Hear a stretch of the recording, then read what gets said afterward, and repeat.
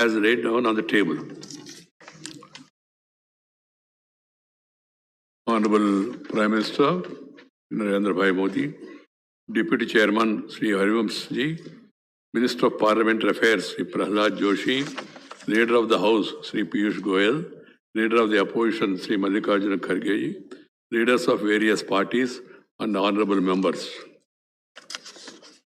Retirement of about 1/3 of the members of this August House every 2 years is a big occasion. It happens as per the provisions of the Constitution. This enables continuity of the institution of Rajya Sabha, while at the same time offering scope for infusing fresh ideas and perspectives by the new members replacing the retiring ones. 72 members of this August House are slated for retirement between March and July this year. 65 of them represent 19 states, while 7 are nominated members.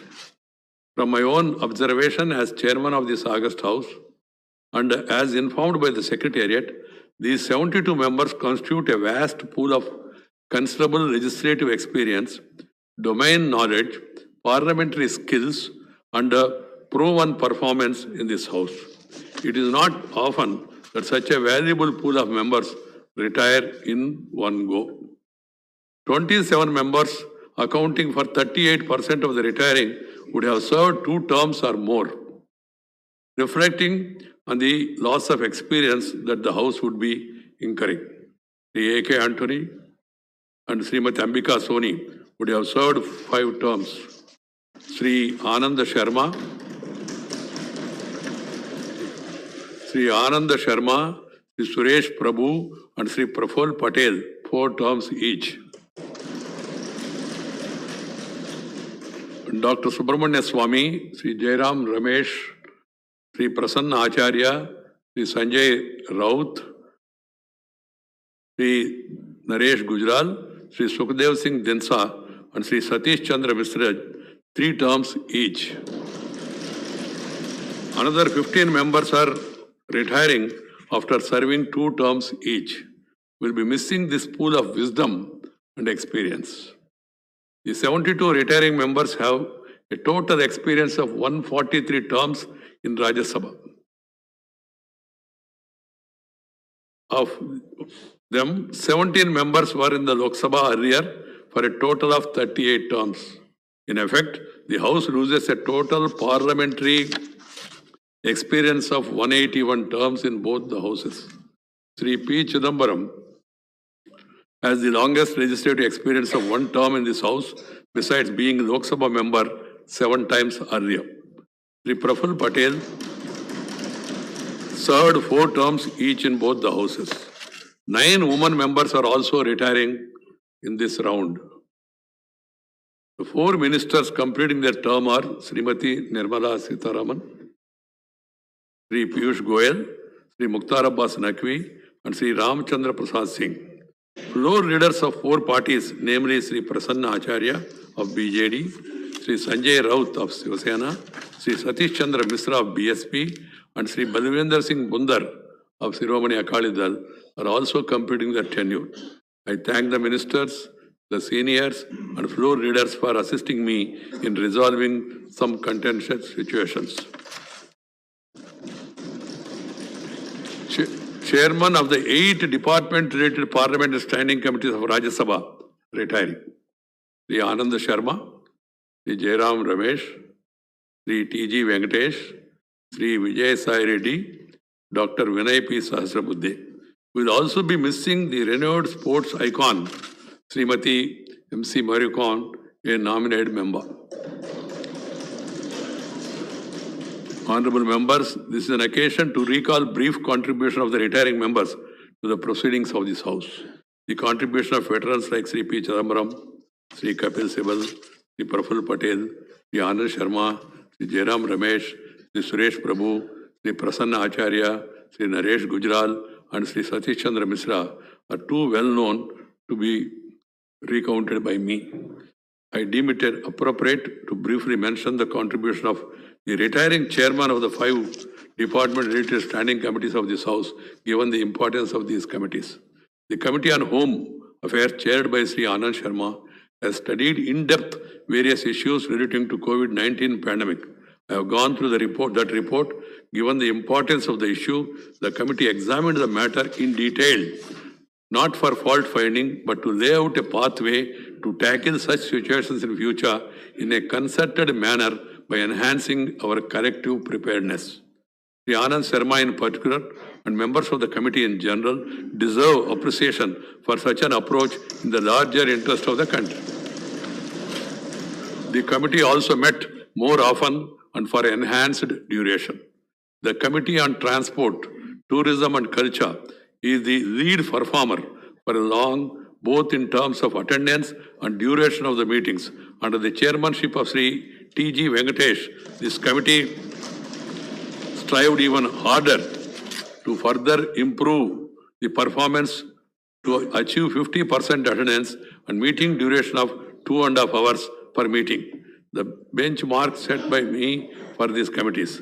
I am told that Sri Venkatesh used to repeatedly remind the officials to do the needful so that the committee continues to better its performance and emerge as the best. The issues taken up for examination by the Committee on Science and Technology are highly technical in nature. Despite that, the committee chaired by Sri Jairam Ramesh has taken up important contemporary issues and delivered useful reports.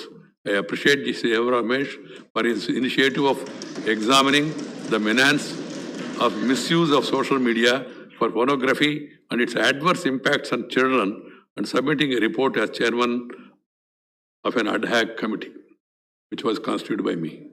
The Committee on Commerce, to start with, in 2017, used to report low attendance and duration of meetings, but later, under the chairmanship of Sri Vijay Sai Reddy, it has turned around and has substantially improved the duration of meetings and attendance to some extent.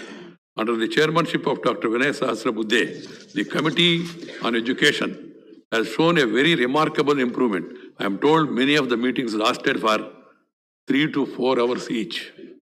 I am happy to note that despite being the first-time members of Rajya Sabha, Sri T.G. Venkatesh, Sri Vijay Sai Reddy and Dr. Vinay Sahasrabuddhe have made a difference and delivered. Honorable members, I am also pleased to note that among the 45 first-time members retiring, most of them have demonstrated commendable passion and commitment towards the parliamentary duties. They did well in terms of attendance and participation in various proceedings of the House, and in particular in raising matters of public importance in Jurava and question hour, besides larger policy matters. The 84-year-old Sri S.R. Balasubramaniam has set an example in attending the House since the 244th session, the first full session that I presided over in 2017. He has attended all the 234 sittings of the House since then without fail.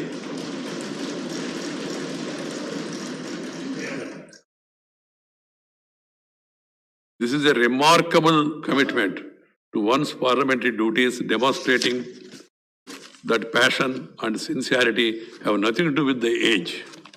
I am sure this August House would join me in complimenting him for the same.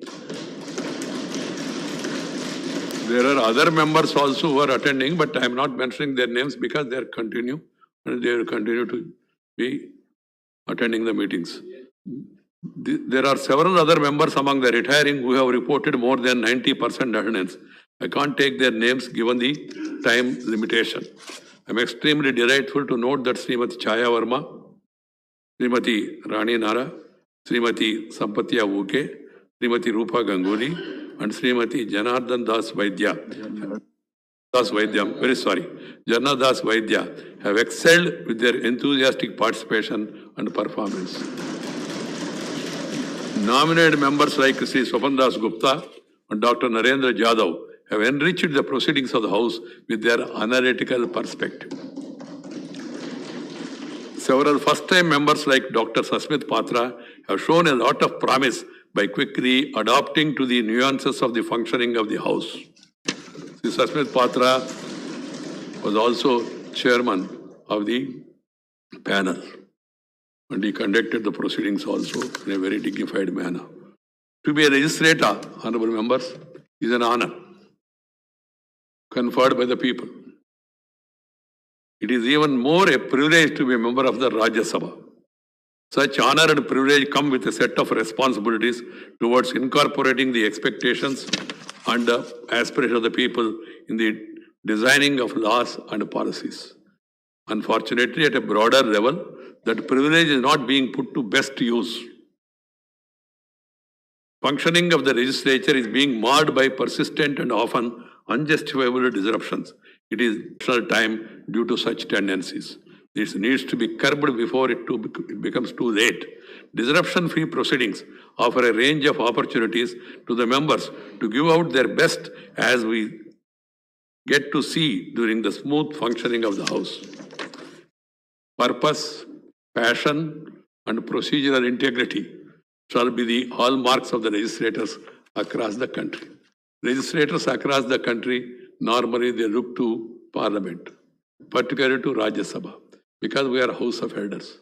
So please, I hope that everybody will keep this in mind and need not remind it again and again, and see to it that we maintain dignity, decorum, and also have meaningful discussions. I am glad to note that most of the members retiring kept themselves away from disabling tendencies. Most of them. Retiring from the House is not the end of the active pursuit of serving the cause of public and of the nation. It is yet another beginning of a new journey. You are only retiring. You are retired but not tired. I am aware of it.